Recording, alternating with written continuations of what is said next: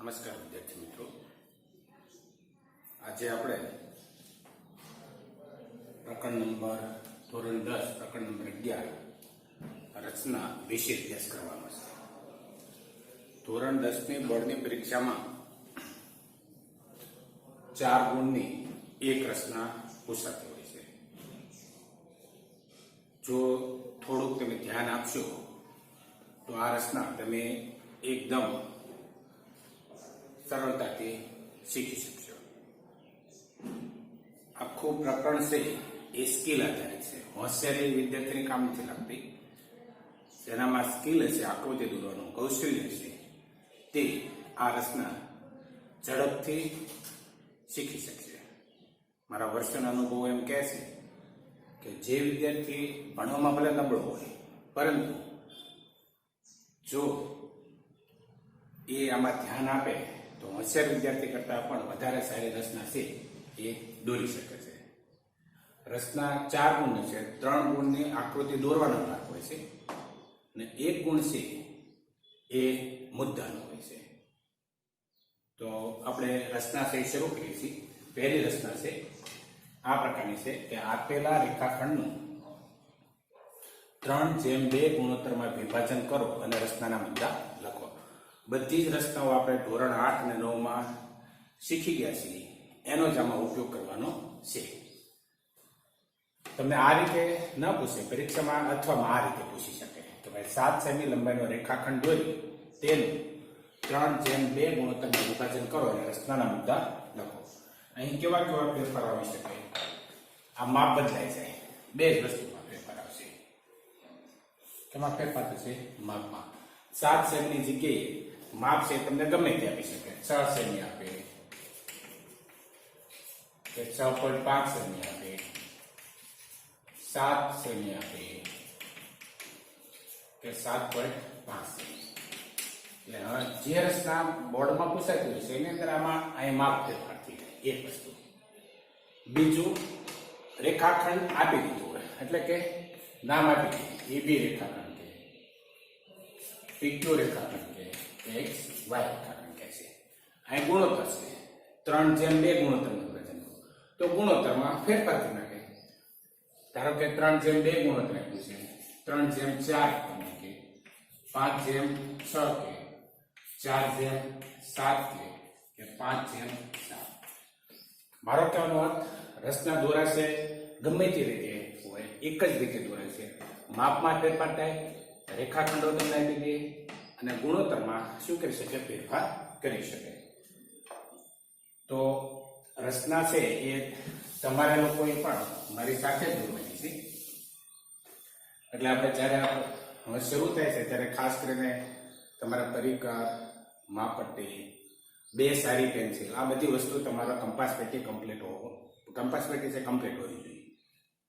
તો પ્રથમ આપણે શું કરીશું તો કે ભાઈ 7 સેમી લંબાઈનો રેખાખંડ. આમાં શું કીધું જોયું? શું કીધું કે ભાઈ 7 સેમી લંબાઈનો રેખાખંડ. તો આપણે 7 સેન્ટીમીટર લંબાઈનો રેખાખંડ દોરવાનો છે. તો તમે પણ મારી સાથે 7 સેમી લંબાઈનો રેખાખંડ છે એ દોરો.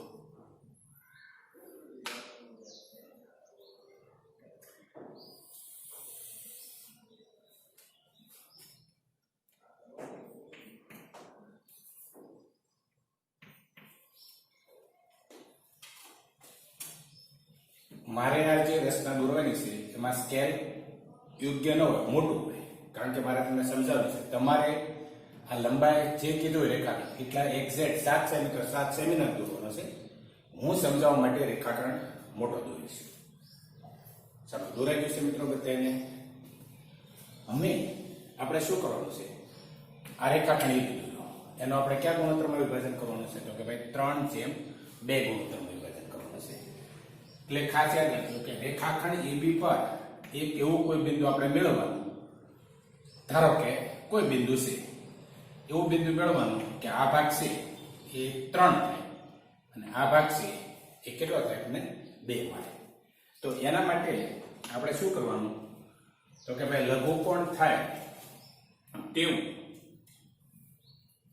કોઈ એક કિરણ એમાંથી આપણે દોરવાનું છે. લઘુકોણ થાય તેવું કોઈ એક કિરણ શું જોશું આપણે EX દોરો. તો તમે પણ લઘુકોણ થાય તેવું કોઈ એક કિરણ કયું દોરો EX દોરો. અહીંયા યાદ રાખજો આ ખૂણો લઘુકોણ હોવો જોઈએ, કાટકોણ કે ગુરુકોણ છે હોવો જોઈએ નહીં. ચાલો કિરણ EX છે એ દોરો.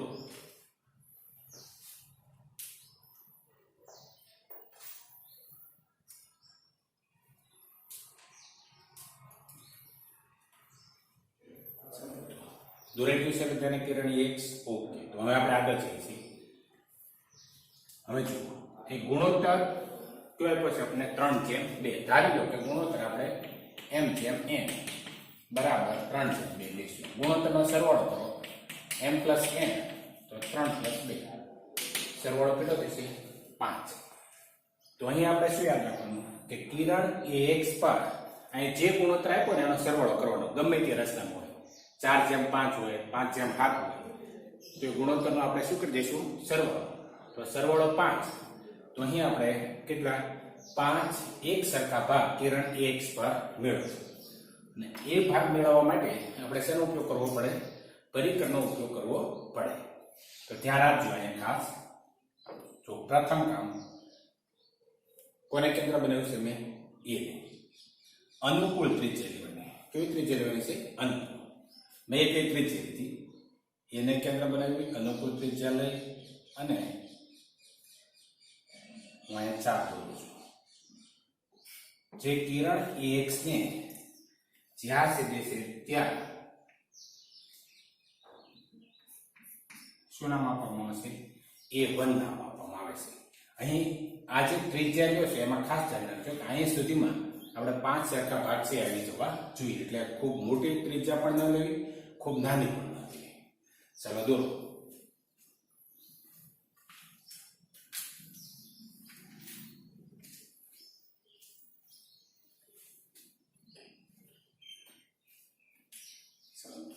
કામ પૂરું થઈ ગયું છે.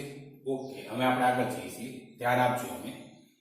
હવે હું પહેલા કામ 5/5 ચાર્જ નાખી પછી તમારે કામ કરવાનું છે. હવે આપણે શું કરીશું? જુઓ, પહેલા એને કેન્દ્ર બનાવી, અનુકૂળ ત્રિજ્યા લઈ અને 4 દોર્યું. જ્યાં છે ત્યાં શું નામ આપ્યું આપણે? A1 નામ આપ્યું. હવે કોને કેન્દ્ર બનાવીશું? A1 ને કેન્દ્ર બનાવીશું. પ્રથમ લીજી એટલી ત્રિજ્યામાં કોઈ પણ પ્રકારનો આપણે ફેરફાર કરવાનો નથી. તો એટલી ત્રિજ્યા લઈ કિરણ EX પર બીજું કોઈ એક ચાપ દોરો. જ્યાં છે ત્યાં શું નામ આપશું આપણે? A2 નામ આપ્યું. હવે કોને કેન્દ્ર બનાવશું? A2 ને કેન્દ્ર બનાવશું. એની એ ત્રિજ્યામાં કોઈ પણ પ્રકારનો ફેરફાર કરવાનો નથી અને ત્રીજો ચાપ દોરશું. જે કિરણ EX ને જ્યાં છેદે છે ત્યાં આપણે શું નામ આપશું? A3 નામ આપશું. ત્યારબાદ A3 ને કેન્દ્ર બનાવશું. તેની તે ત્રિજ્યા લઈ અને ચાપ દોરશું. કિરણ EX ને જ્યાં છેદે ત્યાં શું નામ આપશું આપણે? A4 નામ આપશું. અમે A4 ને કેન્દ્ર બનાવી, તેટલી ત્રિજ્યા લઈ અને ચાપ દોરશું. જ્યાં છેદે ત્યાં આપણે શું નામ આપશું? A5.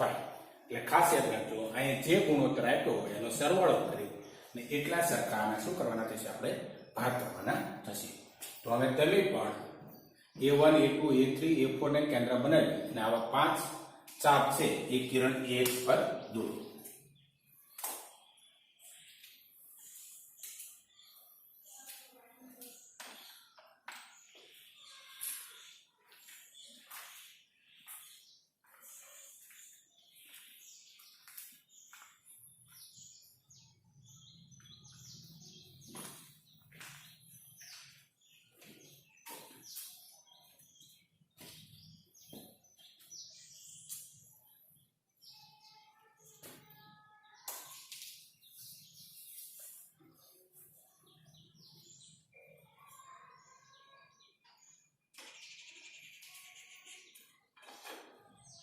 ચાલો દોરાઈ જશે 5/5 ચાપ. હવે ખાસ રચના સમજવાની છે. અહીંયા સુધી તો રચના એકદમ આપણે કેવી છે? સરળ. હવેની સરળ છે, થોડું ધ્યાન આપવું પડશે. હવે સમજો તમે. લક્ષ ગુણોત્તર આપવાનો 3/2 ગુણોત્તર.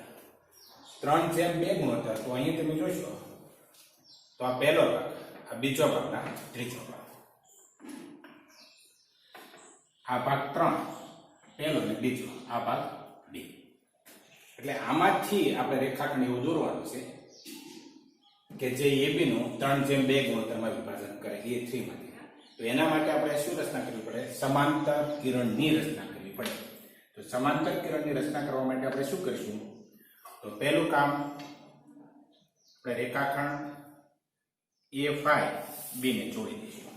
કોને જોડી દઈશું? A5B ને જોડી દેવાનું. A5B ને જોડી અને આપણે શું કરવાનું? હવે A5B, રેખાખંડ A5B ને સમાંતર A3 માંથી એક રેખાખંડ છે આપણે દોરવાનો છે. સમાંતર રેખાની રચના ધોરણ 8 ની અંદર આવી ગયેલી છે. તેમાં તમે સમજી ગયા છો કે જો સમાંતર રેખા દોરવી હોય તો આ જે ખૂણો છે, ખૂણો A5B અને ખૂણો A3 માંથી બનતા બંને ખૂણા છે એ કેવો હોવો જોઈએ? સમાન ખૂણાની આપણે રચના કરવાની છે. તો વસ્તુ અહીં આપણે જોવાનું છે. તો સમાન ખૂણાની A3 અને A5 આ સમાન ખૂણાની રચના કરવા માટે આપણે શું કરીશું? અમે કોને કેન્દ્ર બનાવશું? A5 ને કેન્દ્ર બનાવી અનુકૂળ ત્રિજ્યા બનાવી અને કોઈ એક ચાપ દોરો. અહીં આપણે યાદ રાખવાનું કે આ જે ચાપ તમે દોરો છો એ A4 દોરેલું જે ચાપ છે એને ઉપર ના આવવું જોઈએ, ઓવરલેપિંગ ના થવું જોઈએ. કાં તો ઉપર જવું જોઈએ, કાં તો ક્યાં રહેવું જોઈએ? નીચે રહેવું જોઈએ. આ રીતે એક ચાપ દોરવાનું. પછી એ પરિકરને આપણે અહીંથી લઈ લઈશું. કોને કેન્દ્ર બનાવશું? A3 ને કેન્દ્ર બનાવશું. ત્રિજ્યા પહેલા લીધી એની એ જ, એમાં કોઈ ફેરફાર કરવાનો નથી. અને આપણે શું કરશું? એક ચાપ છે એ પાછું દોરશું. તો ચાલો મિત્રો, તમે પણ હવે શું કરશો? A5 ને કેન્દ્ર બનાવી અનુકૂળ ત્રિજ્યા લઈ અને એક ચાપ દોરો. ત્યાંથી પરિકર ઉપાડી A3 ને કેન્દ્ર બનાવી તેટલી ત્રિજ્યા લઈ અને ચાપ છે એ દોરો.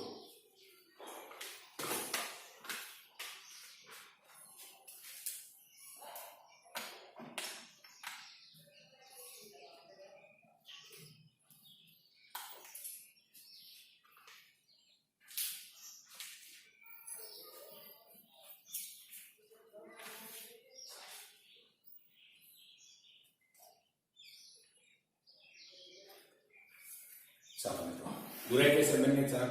અમે આગળ આપણે કામ કરીશું. હવે શું કરવાનું છે તમારે જુઓ, ખાસ સમજજો. આપણે હવે કેન્દ્ર આ કિરણ AX અને આ જે ચાપ આપણે દોર્યું છે એનું છેદન બિંદુ અહીં કેન્દ્ર કરો. કિરણ A5B અને જે ચાપ દોર્યું છે એનું છેદન બિંદુ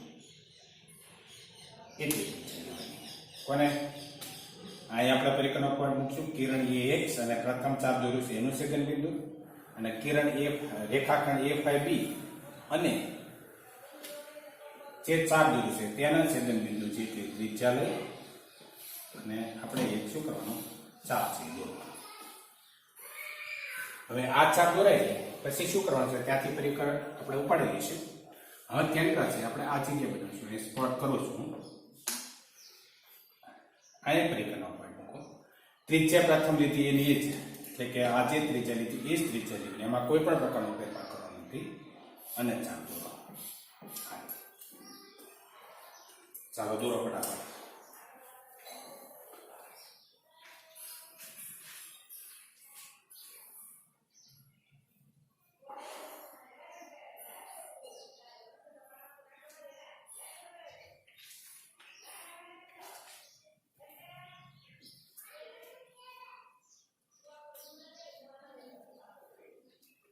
ચાલો દોરાઈ ગઈ છે બંને ચાપ મિત્રો.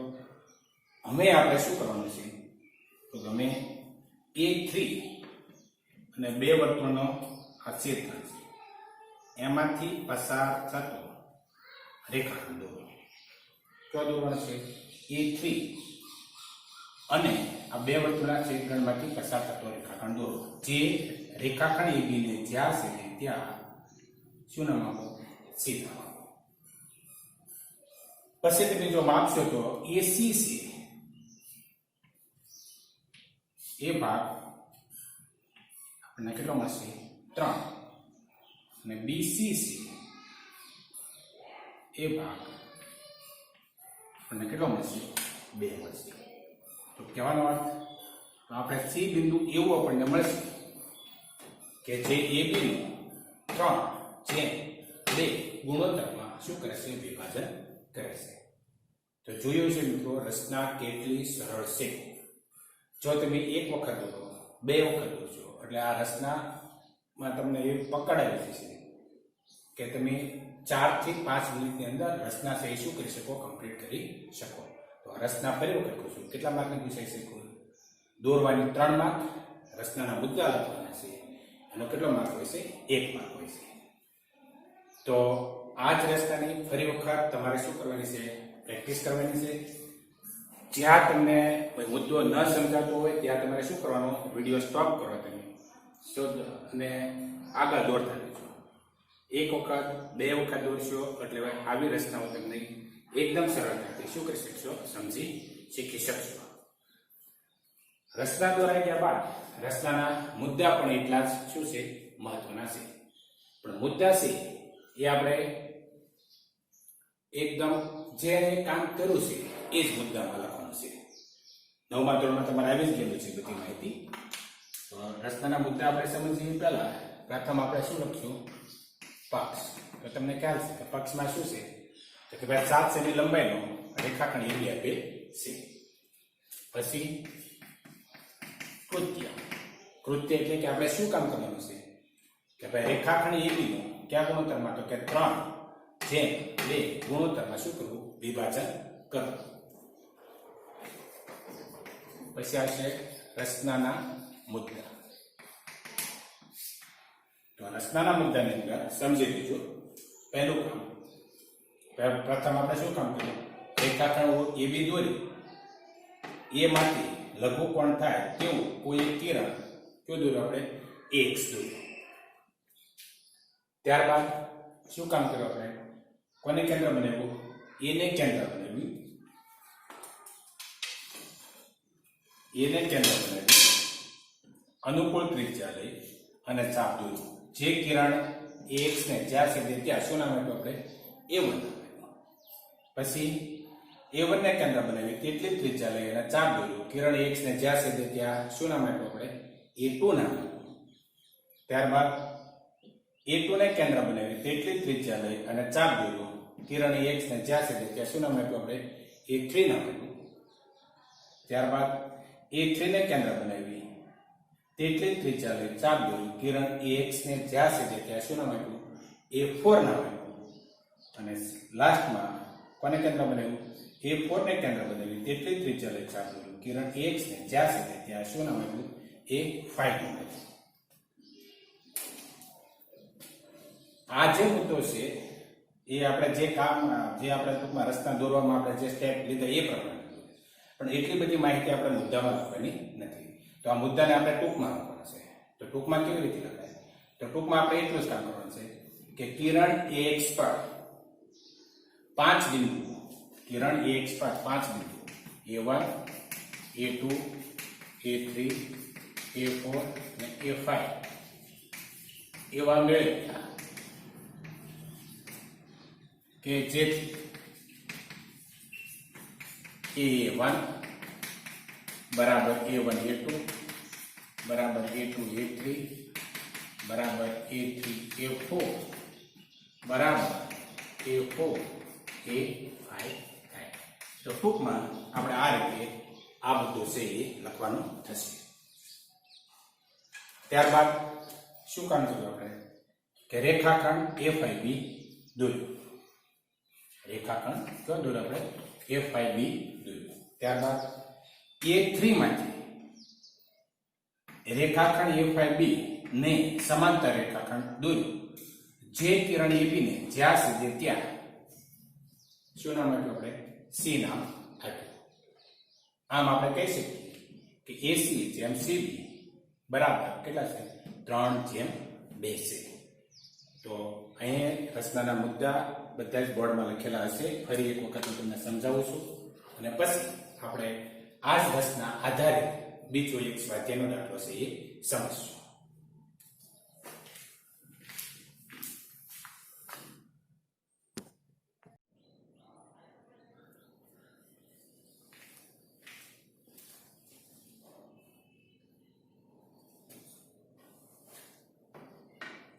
વિદ્યાર્થી મિત્રો, હવે આપણે રચનાના મુદ્દા છે એ સમજીએ છીએ. પ્રથમ રચનાના મુદ્દા આપણે જે રીતે અહીં કામ કર્યું છે એ રીતે લખવાના છે. હું પહેલા મુદ્દા બોલી જાઉં છું, પછી અહીં સમજાવીશ. પહેલો મુદ્દો, પહેલા આપણે પક્ષમાં શું તો કે ભાઈ 6.5 સેમી લંબાઈનો રેખાખંડ આપેલ છે. કૃત્ય શું કામ કરવાનું છે આપણે તો AB નું 3:2 ગુણોત્તરમાં વિભાજન કરવાનું છે. રચનાનો પહેલું કામ આપણે શું કીધું તો કે AB દોર્યું. AB દોરી 6.5 સેમી લંબાઈનો AB દોરી AB સાથે લઘુકોણ બનાવે તેવું કોઈ એક કિરણ આપણે શું દોર્યું X દોર્યું. પછી આપણે શું કર્યું તો કોને કેન્દ્ર બનાવ્યું A ને કેન્દ્ર બનાવી અનુકૂળ ત્રિજ્યા લઈ કિરણ X ને A1 માં સેટું એક ચાપ દોર્યું. ત્યારબાદ કોને કેન્દ્ર બનાવ્યું A1 ને કેન્દ્ર બનાવી તેટલી ત્રિજ્યા લઈ કિરણ X ને A2 માં સેટું એક ચાપ દોર્યું. ત્યારબાદ A2 ને કેન્દ્ર બનાવી તેટલી ત્રિજ્યા લઈ કિરણ X ને A3 માં સેટું ચાપ દોર્યું. ત્યારબાદ A3 ને કેન્દ્ર બનાવી તેટલી ત્રિજ્યા લઈ કિરણ X ને A4 માં સેટું ચાપ દોર્યું. અને છેલ્લે A4 ને કેન્દ્ર બનાવી તેટલી ત્રિજ્યા લઈ અને કિરણ X ને A5 માં સેટું ચાપ દોર્યું. આપણે કામ કર્યું છે, આ ટાઈપની રચના કરી છે. મુદ્દામાં એટલી બધી માહિતી આપણે લખવાની નથી. તો ટૂંકમાં મુદ્દો કેમ લખવાનો તો મુદ્દામાં એક જ આપવાનું કે કિરણ X પર આ જે ગુણોત્તર આપ્યો એનો સરવાળો કરવાનો. ખાસ યાદ રાખજો 3:2 એટલે કેટલા થયા 5 બિંદુ A1 A2 A3 A4 અને A5 આપણે એવા મેળવી કે જેથી A1 is equal to A1 A2 is equal to A2 A3 is equal to A3 A4 is equal to A4 A5 થાય. આ રીતે આપણે ટૂંકમાં મુદ્દા લખવાના થશે. ત્યારબાદ આપણે શું કામ કર્યું તો A5 અને B આપણે જોડી દીધું. પછી આપણે શું કામ કર્યું અહીં એકરૂપ ખૂણાની રચના કરી છે. લખવાનું નથી આપણે, સોરી, આ જે માહિતી છે આપણે દોરવાની છે પણ એટલી બધી માહિતી આપણે લખવાની નથી. આપણે ટૂંકમાં લખવાનું છે કે બિંદુ A3 માંથી કેમાંથી બિંદુ A3 માંથી રેખાખંડ A5B ની સમાંતર હોય તેવી કોઈ એક રેખા દોરો.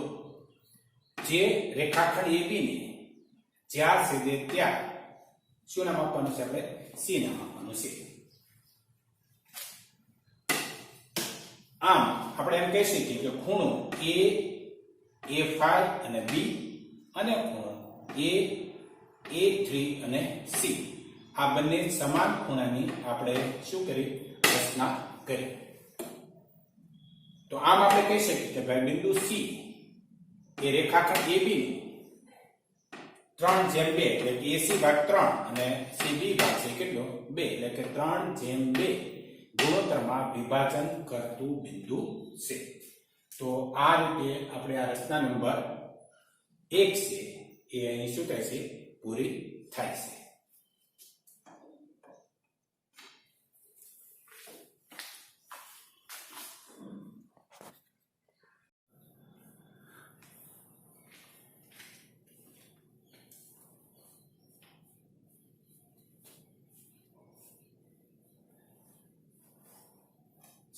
આપણે પ્રથમ રચના ભણ્યા. હવે પહેલી જે રચના આપણે દોરી છે એ જ પ્રકારની રચના છે.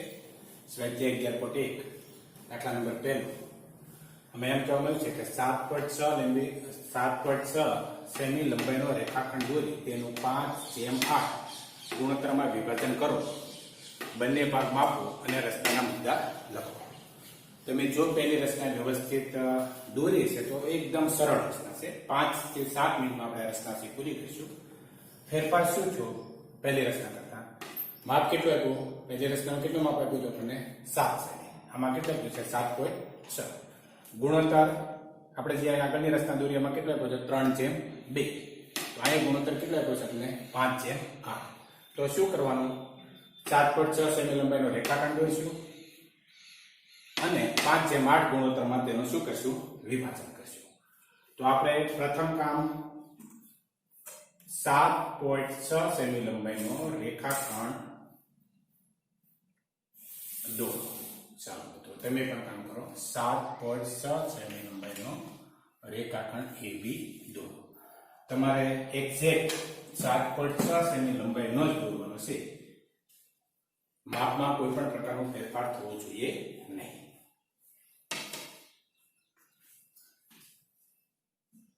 ચાલો દોરાઈ ગયું છે મિત્રો. હવે આપણે શું કરશું? પહેલી રસ્તાની જેમ જ એમાંથી લઘુકોણ થાય તેવું કોઈ એક કિરણ આપણે શું દોરશું? AX દોરો. લઘુકોણ થાય તેવું કોઈ એક કિરણ AX દોરો. તમે પણ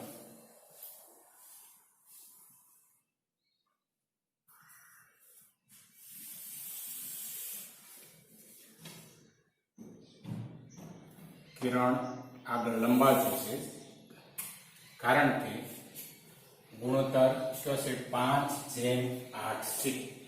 એટલા માટે કોઈ એક કિરણ AX દોરી ગયું છે મિત્રો. હવે આ ગુણોત્તર છે. ધારો કે m/n બરાબર 5/8. સરવાળો કરો તો m + n બરાબર 5 + 8. કેટલો સરવાળો મળશે? એ મળ્યો. હવે ખ્યાલ આવ્યો આપણે આગળની રસ્તામાં શું કર્યું હતું? સમજાઈ ગયું છે મિત્રો શું કરવાનું છે? અમે બોલો. તો આપણે શું કામ કરશું કે કિરણ AX પર કેટલા સરખા ભાગ કરવાના થશે? પહેલામાં 3/2 હતા, તો કેટલા આપણે ભાગ કર્યા હતા? સરખા 5 ભાગ કર્યા હતા. અહીં 5/8 છે, તો 2 નો સરવાળો કેટલો થાય છે? 13. તો કિરણ AX પર કેટલા ભાગ કરશો? 13 સરખા ભાગ કરવાના છે. આ ભાગ કરવામાં ખાસ ખ્યાલમાં શું રાખવું પડશે કે ત્રિજ્યા છે એ તમારે ઓછી લેવી પડશે. શા માટે? કે આપણે કેટલા ભાગ કરવાના છે? 13 ભાગ કરવાના છે એટલા માટે. તો ધ્યાન આપો. શું કરશું આપણે? એને કેન્દ્ર બનાવીએ, અનુકૂળ ત્રિજ્યા લઈ અને ચાપ. ફરી વખત કહું છું, ત્રિજ્યા થોડી ઓછી લેવાની થશે. જે કિરણ AX ને જ્યાં સુધી ત્યાં શું નામ આપશું આપણે? A1. પછી કોને કેન્દ્ર બનાવો? A1 ને કેન્દ્ર બનાવીએ, તેટલી ત્રિજ્યા લઈ અને બીજું ચાપ દોરો. AX ને જ્યાં સુધી ત્યાં શું નામ આપશું? A2. ચાલો તો તમે પણ કામ શરૂ કરજો મારી સાથે. 13 સરખા ભાગ છે એ કરો તમે ઝડપથી.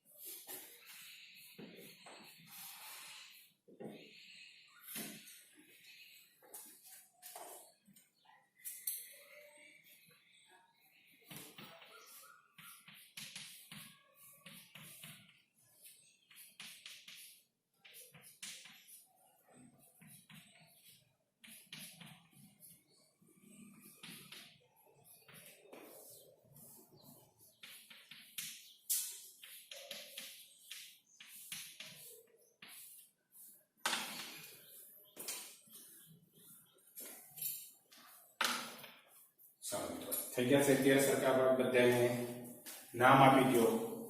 A1 A2 A3 A4 A5 A6 A7 A8 A9 A10 A11 A12 A13. આવા 13 સરખા ભાગ કરવાના છે. હવે પછી આપણે શું કરવાનું છે? આગળની રચના યાદ કરો તમે. જો એમાં 3/2 ગુણોત્તરમાં આપણે વિભાજન કરવાનું હતું. કયા ગુણોત્તરમાં વિભાજન કરવાનું હતું? 3/2. તો શું કર્યું હતું આપણે? ખ્યાલ છે? ઓકે. જો 3 માંથી A3 માંથી તો પહેલું કામ આપણે એ કર્યું હતું કે રેખાખંડ આપણે આ કામ કર્યું હતું. A13 અને B ને જોડી દો. આગળની રસ્તામાં આપણે A5 B ને જોડ્યા હતા. અહીં A13 અને B ને શું કરી દો? જોડી દો. ત્યારબાદ 3/2 ગુણોત્તરમાં વિભાજન કરવાનું હતું. એટલે A3 માંથી A5 B ને સમાંતર રેખાખંડની રચના કરવાની હતી. અહીં કયા ગુણોત્તરમાં વિભાજન કરવાનું છે? આપણે 5:8 ને 5:8 ગુણોત્તરમાં વિભાજન કરવાનું છે. તેથી A13B ને સમાંતર રેખાખંડ દોરવાનો છે. અને શેમાંથી દોરવાનું થશે? અહીં જે પહેલો અંક આપ્યો હોય ત્યાંથી A5 માંથી દોરવાનું છે. તો જો હવે શું કરશું આપણે? તો A13B ને સમાંતર રેખાખંડની આપણે શું કરવાની છે? રચના કરવાની છે. તો એ રચના કરવા માટે આપણે શું કરશું? કોને કેન્દ્ર બનાવશું? પહેલું અહીં જે ખૂણો મળે છે આપણને A13 પાસે, એ ખૂણો A5 પાસે દોરવાનો છે. તો A13 ને કેન્દ્ર બનાવી અનુકૂળ ત્રિજ્યા તમને કહેવાની, હું એટલી ત્રિજ્યા લઉં છું. ધ્યાન એ રાખવાનું છે કે જ્યારે તમે આ ત્રિજ્યા લો ત્યારે એ 10 હોય, એ 11 હોય કે 12 હોય, એ જે ચાપ દોર્યો છે એના પર એ ઓવરલેપિંગ થવું જોઈએ નહીં, એટલે કે એના પર એ ચાપ આવવું જોઈએ નહીં. આ ચાપ દોરાઈ ગયું. હવે આપણે કોને કેન્દ્ર બનાવીશું? A5 ને કેન્દ્ર બનાવીશું. તેટલી ત્રિજ્યા લઈ અને એક ચાપ દોરીશું. ચાલો કરો મિત્રો.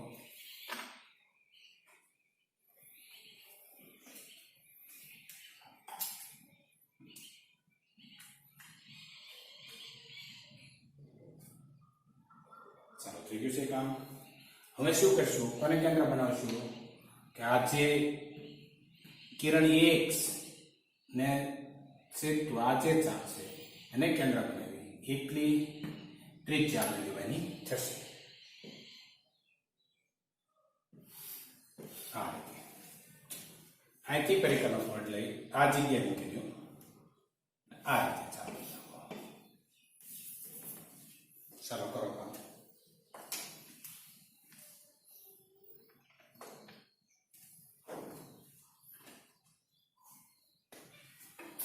દોરાઈ ગયું છે બંને ચાપ મિત્રો. હવે આપણે શું કરવાનું છે? તો A5 ને બે વર્તુળના છેદમાંથી પસાર થતું કોઈ એક રેખાખંડ દોરો. જે AB ને જ્યાં છેદે ત્યાં શું કરો? C નામ આપો. તો A13B ને સમાંતર રેખાખંડ A5C બન્યું. હવે જો તમે આ રેખાખંડ માપશો, આ જે રેખાખંડનો ભાગ છે એ તમને કેટલો મળશે? 5. અને આ રેખાખંડનું માપશો, આનો ભાગ છે એ તમને કેટલો મળશે? 13. તો આમ બિંદુ C એ AB નું કયા ગુણોત્તરમાં? કે ભાઈ 5:8 ગુણોત્તરમાં વિભાજન કરે છે. આજે આપણે બે રચના દોરી છે. બંને રચનાઓ બીજી રીતે પણ દોરી શકે છે, પણ આપણે એક રીત જ તૈયાર કરી. બંને રીતમાં તમે કન્ફ્યુઝ થશો. મારી દ્રષ્ટિએ રીત સરળ છે. આપણે બંને રચના આ જ રીતે સમજશું. હવે આ જ રચના છે એ તમારે શું કરવાની? ફરી વખત 1-2 વખત આની પ્રેક્ટિસ કરવાની. અને પ્રેક્ટિસ કરી અને પછી તમારી રીતે તમારે પક્ષ, કૃત્ય અને રચનાના મુદ્દા આ કામ તમારે કેમાં કરવાનું છે? લેસનમાં કરવાનું છે, ગ્રુપ કરીને. પરંતુ હું તમને એક વખત આના મુદ્દા છે એ સમજાવી દઈશું. તો મુદ્દામાં પક્ષ ફરી વખત આપણે બોલી જઈએ છીએ. લખવાનું છે લેસનમાં જ, પણ સમજી લો. પક્ષમાં શું લખશું? તો કે ભાઈ 7.6 સેમી લંબાઈનો રેખાખંડ દોરી એમાંથી લઘુકોણ થાય તેવું કોઈ કિરણ કયું દોર્યું? AX દોર્યું. કૃત્ય શું કામ કરવાનું છે આપણે? તો AB નું 5:8 ગુણોત્તરમાં શું કરવાનું છે? વિભાજન કરવાનું છે. રચનાના મુદ્દા. પહેલો મુદ્દો ખ્યાલ છે બધાને? જે પહેલી રચનામાં આપણે કર્યું તો એ જ બેટરમાં કોઈ ફેરફાર નહીં.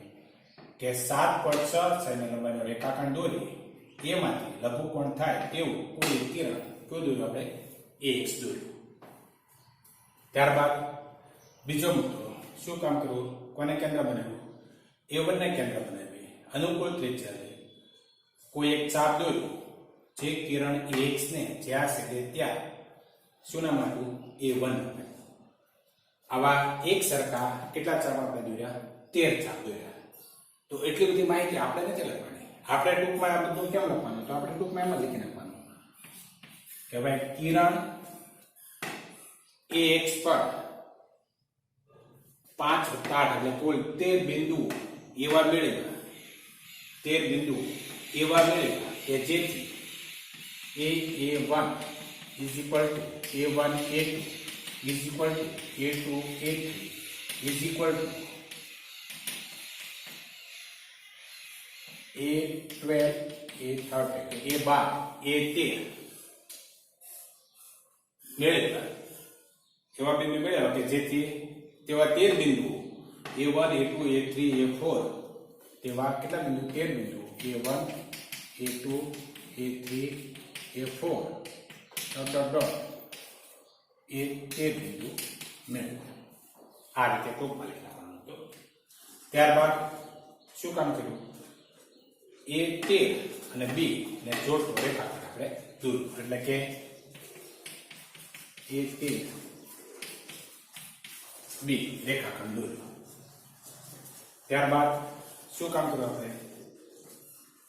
તો કે A5 માંથી A13B ને સમાંતર રેખાખંડની રચના કરી. જે રેખાખંડ AB ને જ્યાં સુધી ત્યાં શું નામ આપ્યું આપણે? C નામ આપ્યું. AC જેમ CD બરાબર 5/8 થાય. સાથોસાથ એમ કીધું છે કે બંને ભાગ માપો. તો તમારા માપપટ્ટીથી AC ભાગ માપવાનો, જે થાય તે લખવાનો છેલ્લે લાસ્ટમાં, અને બીજો કયો ભાગ માપશો? CB ભાગ માપવાનો. એની લંબાઈ જે મળે તે તમારે અહીં શું કરવાની છે? નોંધ કરવાની થશે. તો આ રીતે આપણી રચના નંબર 1 અને એને અનુરૂપ આ દાખલો છે એ આપણો પૂરો થાય છે. ફરી વખત બોલું છું, ખાસ યાદ રાખજો, અહીં લંબાઈમાં ફેરફાર થશે અને ગુણોત્તરમાં ફેરફાર થશે.